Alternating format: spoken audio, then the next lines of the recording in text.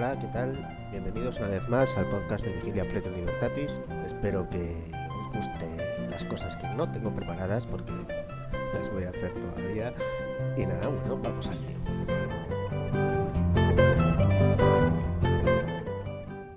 Uno de los temas de los que hablé la semana pasada en el blog era sobre la teoría de la conspiración. No insistí tanto en el tema de la teoría de la conspiración como mito, sino que más bien, como viene siendo habitual, me reí de la gente que la defiende, pero sí que merece la pena detenernos un poco en la consideración de mito que tiene esta teoría de la conspiración. Esta teoría de la conspiración de que existe una élite en el poder mundial que domina los gobiernos y domina la economía internacional y nos quiere controlar la vida cada vez más, que bueno, es muy curioso como siendo todopoderosa esta élite no haya logrado ninguno de sus objetivos, ¿no? Eh,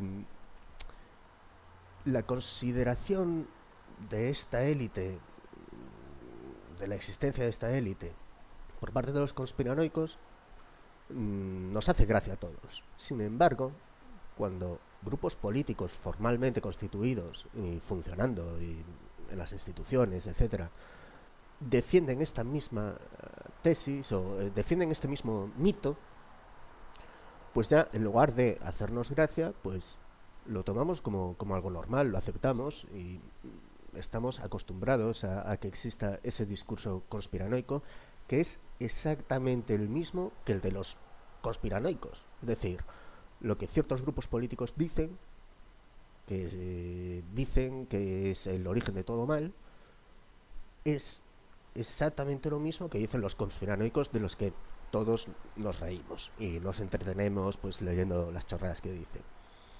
Por ejemplo, pues la insistencia esta que tienen pues gente como, yo que sé, Daniel Stulin o Rafael Palacios o Alex Jones sobre el Club Bilderberg, la Comisión Trilateral, el Club de Roma, cómo dominan en secreto, son medios reptilianos y dominan en secreto toda la política, toda la economía internacional, es lo mismo que, por ejemplo, se puede escuchar en un meeting cualquiera de comisiones obreras cuando sale un barrigudo a la palestra limpiándose los restos del langostino de la barba y dice que bueno, los mercados nos están atacando, existe un ataque de las altas finanzas, quieren esclavizarnos a todos, o cuando, por ejemplo, pues diputados de Izquierda Unida en el Congreso, Izquierda Unida, que parece algo pues bastante institucionalizado y bastante dentro del sistema, pues en el propio Congreso de los Diputados, o en cualquier parlamento donde tengan algún diputado, pues sacan el discurso de existe una conspiración entre los mercados internacionales que quieren crear una mano de obra muy barata, una mano de obra esclava, existe una lucha de clases y que está funcionando a nivel de calle y está funcionando a nivel político en todas partes. Eso mismo, esa misma lucha de clases, que no lo dicen con estas palabras, que dicen desde la izquierda que está existiendo, es el discurso conspiranoico de los reptilianos Illuminati que están en el poder, que pintan cosas raras en los billetes de $1 y que han atacado las Torres Gemelas. Insistimos poco en la coincidencia de estos discursos. Y yo me pregunto, ¿cómo es posible que de unos nos riamos tanto y de otros, bueno, yo me sigo riendo, pero la gente no se ría tanto? Cuando es lo mismo. La carencia de una explicación de los fenómenos que suceden a nuestro alrededor y que pueden explicar estos fenómenos, que de hecho lo explican y no hace falta tener una gran formación, basta con leer de varias fuentes pues y saber un poquito cómo funcionan los mecanismos de elección de líderes, de toma de decisiones económicas, de por qué los capitales huyen de un país y de cómo funciona la deuda internacional. Lo que en definitiva quiere decir todo esto es que hay muy poquita diferencia entre Llamazares y Rapel, o entre Cayo Lara y Aramis Fuster. De hecho, a Cayo Lara le pones una peluca y es Aramis Fuster.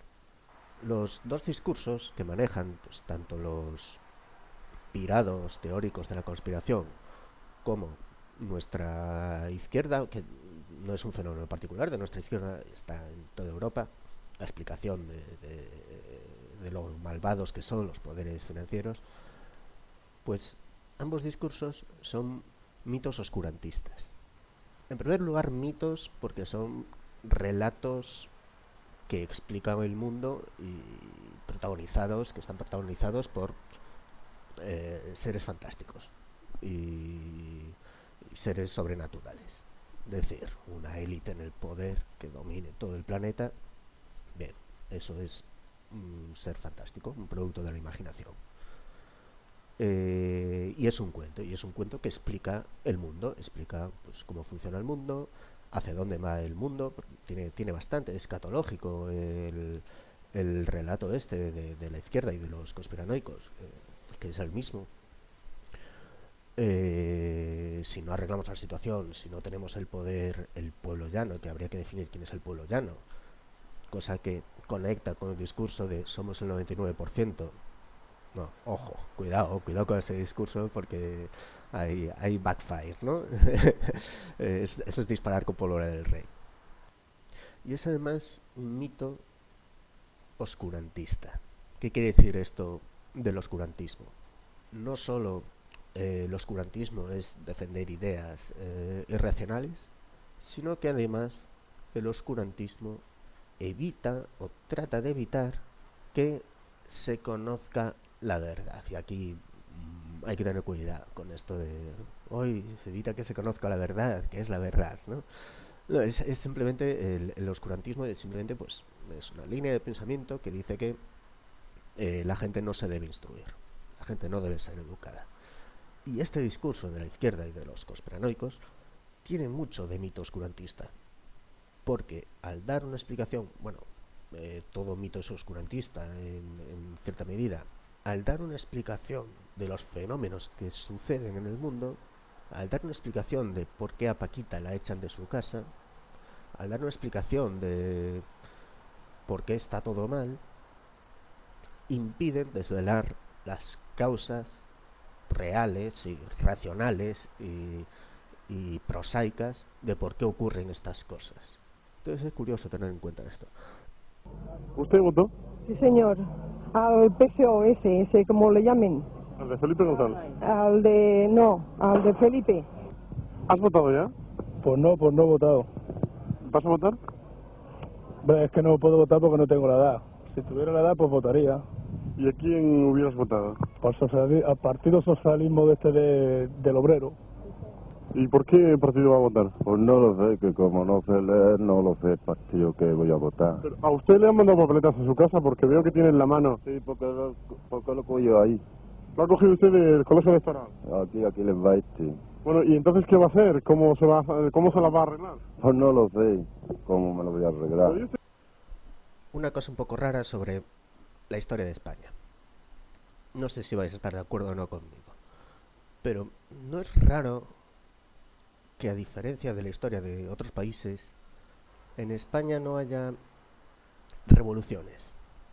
Es decir, en España nunca hubo cambios dramáticos de la correlación de fuerzas, del sistema de poder, de la configuración del Estado, de lo que más se acerca a revoluciones en la historia de España podrían ser, por ejemplo, la reforma que se inicia con los Reyes Católicos, más o menos pues desde 1470 hasta 1520, las llamadas pues revuelta de Irmandiña, la guerra de las remensas, guerra de las comunidades, las germanías en Valencia, que son procesos de cambio del viejo Estado medieval hacia el Estado moderno, hacia el Estado-nación, proceso que dura 50 años. Entonces, pues igual no está bien hablar de revolución. La siguiente podría ser pues las reformas que llegan con los Borbones, siempre de modernización del Estado, de afrancesamiento de las instituciones. Esto llega pues después de la Guerra de los 9 años, con la Guerra de Sucesión, Felipe V, decretos de nueva planta, etcétera. y los reyes borbónicos en el 18 pues tratan de, bueno, crear nuevas infraestructuras. Es la época de los ilustrados, es la época donde más remesas llegan de América. Siempre se dice que España crea el imperio en el siglo XVI, siglo XVII, gracias al oro y la plata de América. Hombre, en el siglo XVI sí es cierto que ya llegaba mucha plata y algo de oro de América, pero todavía las arcas las arcas públicas, las arcas del rey Carlos, de Felipe II, la principal fuente de ingresos era el cobro de impuestos en Castilla, sobre todo cobro de impuestos sobre la lana. La siguiente cosa parecida a una revolución, después de Felipe V, sería lo que tiene lugar con la invasión de Napoleón. De 1808 a 1814 pues, está la Guerra de Independencia y que cambia también, una vez más, las estructuras de poder, la correlación de fuerzas entre distintos estamentos. Bueno, un cambio de correlación de fuerzas sui generis, porque Fernando VII, pues ya sabemos lo que hizo. Que menudo pájaro, ese Fernando VII y sus viles servilones. Luego vendría el sexenio democrático. El sexenio democrático como revolución, pues parece que no cambió mucho las estructuras de poder, pero sí que dio pie a que posteriormente surgiera el régimen llamado de la Restauración, pues de 1876, la Constitución de Cánovas, hasta Primo de Rivera. Existe pues una monarquía constitucional más o menos homologable a lo que sucede en otras monarquías europeas, como puede ser Reino Unido o Alemania.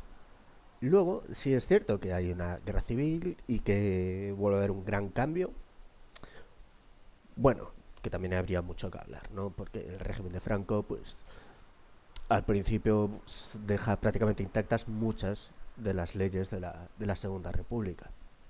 O les cambia el nombre, o las adorna un poco, o las cambia para su cuerda, pero no sé si se puede hablar de revolución. Luego vendría el último gran cambio, sería la transición política, a finales de los 70, principios de los 80, donde se produce otro gran cambio supuesto, pero que sabemos que no hubo ruptura, sino reforma, y que la legitimidad que surge de la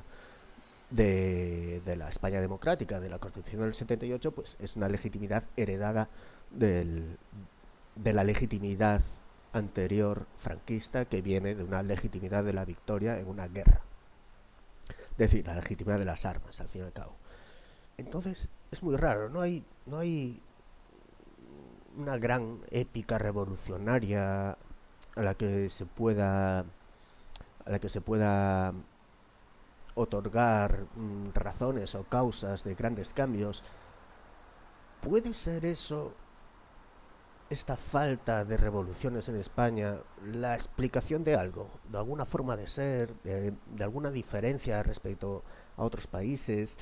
Yo me fijo, por ejemplo, en la historia de Portugal. La historia de Portugal, que se parece mucho a la española, tampoco hubo grandes cambios dramáticos en muy poco tiempo, en ningún momento de su historia. Es decir, la historia reciente de Portugal pues es el periodo de monarquía liberal, la Primera República, luego el Estado Novo, que es la dictadura de Salazar, y luego la Revolución de los Claveles.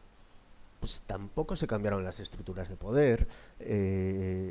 Antes y después de 1974 en Portugal, los dueños del país siguen siendo los mismos. Sí es cierto que se acaba las posesiones coloniales portuguesas en África, pero las 4 o 5 familias, como la familia Espíritu Santo, por ejemplo, pues siguen manteniendo su poder casi aristocrático sobre la economía nacional y sobre la influencia política que tenían en la toma de decisiones.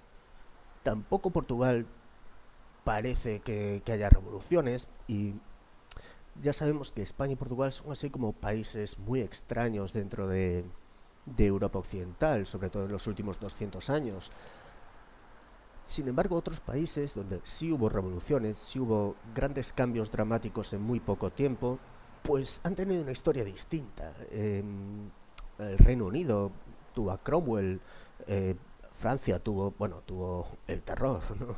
Y luego bonapartistas tocando los huevos durante todo el siglo XIX. Alemania tuvo pues esta unión arancelaria, que fue una revolución como muy suave, pero que cambió Europa para siempre. Claro, en Italia, Garibaldi, yo qué sé, la formación del Reino de Italia es muy reciente. Italia es un país muy joven. Italia casi siempre fue la mitad de Italia, pues España, y otro cacho del Papa, y otro cacho eran pues ciudades-estado. Es extraño, ¿no? Cómo funciona esta diferencia y cómo no se le da relevancia o no se ha estudiado tanto. Yo esto tiendo a pensar que esta carencia de revoluciones, y no es que a mí me gusten las revoluciones, y también sería caer en anacronismos, pues decir, esta revolución es buena y esta es mala. Estoy por pensar que tienen algo que ver con la pervivencia de formas de capitalismo clientelar y de poca adscripción a movimientos políticos, poco asociacionismo civil. Este tipo de cosas, tanto el capitalismo clientelar como las pocas ganas que tenemos los españoles de asociarnos, de ser reivindicativos, creo que están en relación con parte de la irresolubilidad de ciertos problemas que arrastramos y que no hay visos de resolver. No siendo ahora que, bueno, con la excusa de la crisis, pues parece que desde fuera nos los van a resolver. Bueno, ya veremos si nos los resuelven o no, y ya veremos si esto provoca más cambios. Pero no sé, me parece algo como para comentar y algo interesante, ¿no? Esa falta de revoluciones en España. Esa falta de revoluciones en España es algo, bueno, a tener ahí en cuenta, ¿no? ¿Qué es este cromo? Son los cromos adhesivos de la vuelta al mundo con Fosquitos. Cromos adhesivos en cada pastelito, Fosquitos. Bueno, creo que hasta aquí esto ha sido todo por hoy. Esto ya no da para más. Yo ya he cumplido y me lavo las manos. Así que muchas gracias por escucharme y espero que os lo hayáis pasado bien. Y bueno, ya tendremos oportunidad de hablar y conversar y tratar temas extraños y chispeantes en otra ocasión más propicia. Así que, bueno, ya me comentaréis o me haréis saber si os ha gustado o no, si me podéis sugerir temas, lo que queráis por los cauces habituales. Y sin más, me despido. Muchas gracias, adiós, nos vemos, chao.